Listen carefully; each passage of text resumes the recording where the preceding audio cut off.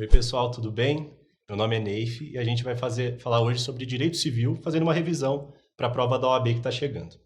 Antes de falar de qualquer coisa no direito civil, é importante a gente saber alguns conceitos como capacidade e emancipação. Emancipação, na verdade, é uma antecipação da capacidade. Mas antes, na verdade, de falar de capacidade e emancipação, é preciso entender o que é personalidade. Personalidade é a capacidade da pessoa de ser considerado como uma pessoa e, assim, ter os direitos da personalidade. Ali nos artigos 11 a 21 do Código Civil, existe um rol exemplificativo de alguns direitos da personalidade que todos os seres humanos têm, como imagem, nome, honra e por aí vai. E a grande discussão que vem desde o Código de 16 e persegue até hoje é quando se inicia a personalidade. A gente pode considerar que a pessoa tem personalidade quando ela nasce só, ou antes, desde a concepção, quando ela ainda é um feto na barriga da mãe. A teoria natalista era a teoria clássica, a teoria mais adotada antigamente, principalmente no Código de 16. E ela defendia que a personalidade se inicia com o nascimento com vida da pessoa. A teoria concepcionista, por outro lado, é uma teoria mais moderna que defende que desde a concepção já há personalidade. Então, desde que a anidação do espermatozoide com o óvulo e o feto está no útero da mãe. É o que se chama de nascituro essa pessoa. E o STJ vem adotando essa teoria. Então, para o STJ, hoje, prevalece a teoria concepcionista. A personalidade começa desde a concepção daquela pessoa. E existem vários julgados importantes do STJ indicando isso. 2 deles eu trouxe para a gente dar uma olhada. O primeiro deles é o caso Rafinha Bastos. Eu não sei se vocês vão se lembrar, mas o Rafinha Bastos ele era um humorista do programa CQC. Ele fez uma piada sobre a cantora Vanessa Camargo e o filho dela enquanto ela ainda estava grávida. Ela entrou com um processo e o STJ deu uma indenização por danos morais a favor dela e também a favor da criança, que sequer havia nascido. O que mostra que para o STJ aquela criança já tinha direitos da personalidade antes mesmo de nascer. O STJ também já deu seguro DPVAT, que é aquele seguro obrigatório que acontece quando a pessoa sofre um acidente, se machuca ou vem a falecer, para um filho de um pai morto antes dele nascer. Então a criança ainda não tinha nascido, o pai dela faleceu num acidente de carro e o STJ deu para ela o direito à indenização pelo seguro DPVAT. O artigo 2º do Código Civil é quem trata disso, e vocês vão perceber que o começo dele parece que joga para a teoria natalista, mas depois ele fala um pouco da concepcionista. Então ele diz, a personalidade civil da pessoa começa do nascimento com vida, mas a lei põe a salvo desde a concepção os direitos do nascituro, tá bom? Indo agora para o tema mesmo, que é a capacidade. A capacidade se divide em capacidade de direito e capacidade de fato. E vocês vão perceber que os nomes nos ajudam muito a saber o que é qual. A capacidade de direito, olha como o nome diz, de direito, é a capacidade de ser titular de direitos e obrigações. Então todo mundo, pode ser uma pessoa recém-nascida, pode ser um idoso, tem capacidade de ter direito. Então se eu sou uma criança de 1 ano e recebi de herança um apartamento de alguém, eu posso ser titular desse apartamento, ser proprietário desse apartamento. Então a capacidade de direito é a capacidade de ter direitos, obrigações, faculdades, deveres, que todas as pessoas têm. E é o que o artigo 1º diz, toda pessoa é capaz de direitos e deveres na ordem civil. Ela é diferente da capacidade de fato, olha como o nome nos ajuda. Capacidade de fato é de exercer na prática esses direitos que a pessoa tem.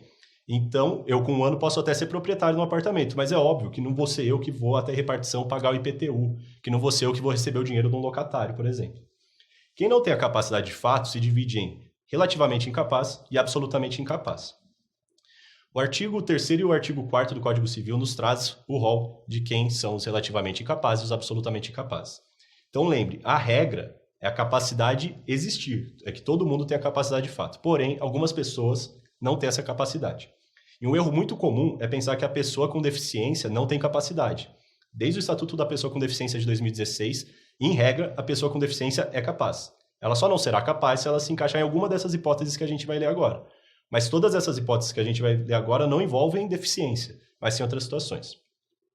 Os absolutamente incapazes, aqueles que simplesmente não podem exercer sozinhos os atos da vida civil, mas somente com representação, são só os menores de 16 anos. Então, desde 2016, todos os maiores de 16 anos são pelo menos relativamente capazes. Os absolutamente capazes são só os menores de 16 anos. E para eles praticarem os atos, como a gente estava falando, eles precisam de representação. O que é a representação? É alguém fazer em nome dele. Então essa criança de 1 ano que tem um apartamento, ela não vai sozinha pagar o IPTU e nem vai com o pai dela pagar o IPTU. Quem vai é o pai dela sozinho pagar, a mãe dela pagar o seu representante. Sob pena de nulidade. A gente vai estudar melhor a diferença de nulidade e anulabilidade já já, tá? Os relativamente incapazes, por sua vez, eles têm como se fosse um pouquinho de capacidade de fato. Então eles praticam os atos com assistência. Eles praticam junto com o seu assistente. Então, uma pessoa de 17 anos tem um apartamento, vai com seu pai ou com sua mãe, pagar o IPTU, receber os aluguéis, sempre em conjunto, é assistência, sob pena de anulabilidade, que é um pouquinho menos grave do que a nulidade. E quem são os relativamente incapazes? São os maiores de 16 e menores de 18 anos, os ébrios habituais e os viciados em tóxicos. Ébrios habituais são as pessoas que têm um vício em álcool, e os viciados em tóxicos quem tem um vício em droga. Essas pessoas são relativamente incapazes. Também são quem, por causa permanente ou transitória, não pode exprimir sua vontade. Então, por exemplo, alguém em coma é relativamente incapaz enquanto está nessa situação. E os pródigos, que são aqueles que gastam seu dinheiro sem conseguir controlar. Eles também são relativamente incapazes, tá bom? Quem não tem capacidade de fato pode receber através da emancipação, principalmente quando ela se relaciona na realidade à idade. Então, a emancipação nada mais é do que a antecipação definitiva e irrevogável da capacidade de fato. Então, lembre-se, primeira coisa, quando eu antecipo a capacidade de fato pela emancipação, ela é irrevogável. Então, se eu me casei, por exemplo, que a gente vai ver que é uma hipótese, e depois me divorcio, eu sigo sendo capaz, tá bom? E outra coisa, a emancipação antecipa a capacidade de fato, mas não faz com que a pessoa se torne maior de idade. Então, o emancipado não pode tirar CNH e não pode ser preso, por exemplo, tá bom? Existem algumas espécies de emancipação. A primeira delas é chamada de negocial. Ela é concedida pelos pais por instrumento público para alguém que tenha pelo menos 16 anos. Então, os pais eles têm poder de decidir que aquele filho deles que tem 16 ou 17 anos já é capaz de exercer seus atos e assim emancipá-lo. A lei entende que os pais têm essa capacidade de, por conta própria, discernir se é a situação ou não. Por isso, não exige autorização judicial. Basta o instrumento público registrado no cartório, tá bom? Então, os pais, basta instrumento público. A judicial é muito parecida, mas quem dá não é os pais, mas sim um tutor. Então, o tutor entende que o tutelado já pode se emancipar, para isso ele precisa de uma autorização judicial. Então, essa é a grande diferença entre a negocial e a judicial, a concedida pelos pais e pelo tutor. Os pais podem para o instrumento público registrado no cartório, o tutor precisa de uma autorização do juiz. E existem também as hipóteses legais, que são aquelas que a própria lei diz que naquela situação haverá emancipação. E nesses casos, o simples acontecimento no mundo fático já é suficiente. Então, o casamento. Alguém com 16 anos se casou, se tornou capaz de fato, acabou de se emancipar. Lembrando que não pode mais casar menor de 16 anos. Antigamente até existiam umas hipóteses, como gravidez e tal. Hoje não. Para se casar tem que ter 16 anos e caso se case, antecipa a capacidade de fato e a pessoa se torna capaz pela emancipação. Emprego público efetivo, independentemente da idade, é difícil na prática, mas é uma hipótese. Assim como a colação de grau em ensino superior, também difícil na prática, mas possível. E ter economia própria. Então, se a pessoa tem já uma economia própria a partir dos 16 anos, ela é capaz de fato. A doutrina e a jurisprudência costuma botar mais ou menos um salário mínimo como economia própria. Então, se aquela pessoa de 16, 17 anos já tem um emprego dela, já é, sei lá, garçom, garçonete, e ganha um salário mínimo, ela é emancipada. Então, a gente vai fazer alguns exercícios aqui para treinar o que a gente acabou de ver. Márcia, adolescente com 17 anos de idade, sempre demonstrou uma maturidade muito superior à sua faixa etária. Seu maior objetivo profissional é o de tornar-se professora de história, e por isso decidiu criar um canal em uma plataforma online na qual publica vídeos com aulas por ela própria elaboradas sobre conteúdos históricos. O canal tornou-se um sucesso, atraindo multidões de jovens, seguidores e despertando o interesse de vários patrocinadores, que começaram a procurar a jovem propondo contratos de publicidade. Para ela poder assinar esses contratos, a gente tem que lembrar, ela precisa ser capaz, ou com assistência, ou com representação. Como ela tem 17 anos, ela é relativamente capaz, ela precisaria de assistência para celebrar os contratos, tá bom? Embora ainda não tenha obtido nenhum lucro com o canal, então ela não teve nenhum lucro. O exercício estava jogando a gente para aquela emancipação por economia própria, mas não é o caso, ela não teve lucro ainda. Márcia está animada com a perspectiva de conseguir custear seus estudos na faculdade de História, se conseguir firmar alguns desses contratos. Para facilitar as atividades da jovem, seus pais decidiram emancipá-la, o que permitirá que ela celebre negócios com futuros patrocinadores com mais agilidade. Sobre a emancipação de Márcia para seus pais, sinale a alternativa correta. A. Depende de homologação judicial? Não, a gente já pode parar aqui. Lembre que a única hipótese que precisa de homologação judicial é aquela do tutor. Os pais podem conferir a emancipação aos seus filhos por simples instrumento público registrado no cartório.